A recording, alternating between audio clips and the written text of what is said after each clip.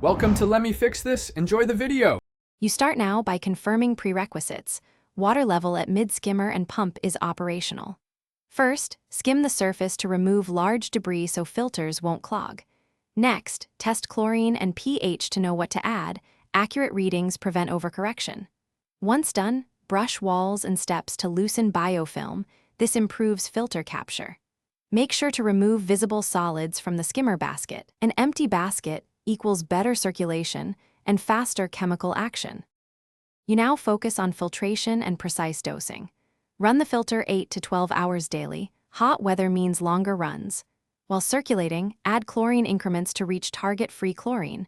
Adjust pH to 7.27.6 so sanitizer works efficiently.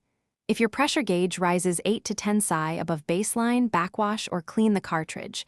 This restores flow and avoids cloudy water. Once balanced and filtered, retest chemistry and repeat small adjustments. Consistent cycles prevent algae and scale buildup. You finish by shocking and maintenance to lock in results. Shock the pool weekly or after heavy bather load, following label dosages. This clears combined chlorine and contaminants. Clean or backwash filters monthly and replace media as recommended to maintain efficiency. If cloudiness or algae appears, shock at a higher dose, brush surfaces thoroughly, and run the filter continuously for 24 to 48 hours.